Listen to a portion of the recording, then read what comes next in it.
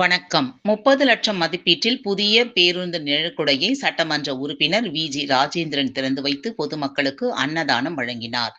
திருவள்ளூர் மணவாள நகர் பகுதியில் ஸ்ரீபெரும்புதூர், இருங்காடுகோட்டை, காஞ்சிபுரம் ஆகிய முக்கிய பகுதிகளில் செல்வதற்கான பேருந்துகள் நிறுத்தும் இடத்தில் நிழற்குடை இல்லாததால் பொதுமக்கள் மழை காலங்களிலும், வெயில் காலங்களிலும் மிகவும் அவதிப்பட்டு வந்த நிலையில், இதனை குறித்து திருவள்ளூர் சட்டமன்ற உறுப்பினர் ராஜேந்திரனிடம் அப்பகுதி பொதுமக்கள் தாங்களுக்கு நிழற்குடை அமைத்து தர வேண்டும் என நீண்ட நாளாக கோரிக்கைகளை வலியுறுத்தி வந்த நிலையில் 2024-25 ஆண்டிற்கான தொகுதி மேம்பாட்டு நிதியிலிருந்து ரூபாய் 30 லட்சம் மதிப்பீட்டில் கடம்பத்தூர் ஒன்றியத்திற்கு உட்பட்ட வெங்கத்தூர் ஊராட்சி மணவாள நகரில் கட்டப்பட்டுள்ள புதிய நவீன பேருந்து நிழற்குடையை மக்களின் பயன்பாட்டுக்காக திருவள்ளூர் சட்டமன்ற உறுப்பினர் ராஜேந்திரன் திறந்து வைத்து பொதுமக்களுக்கு அன்னதானம் வழங்கினார்.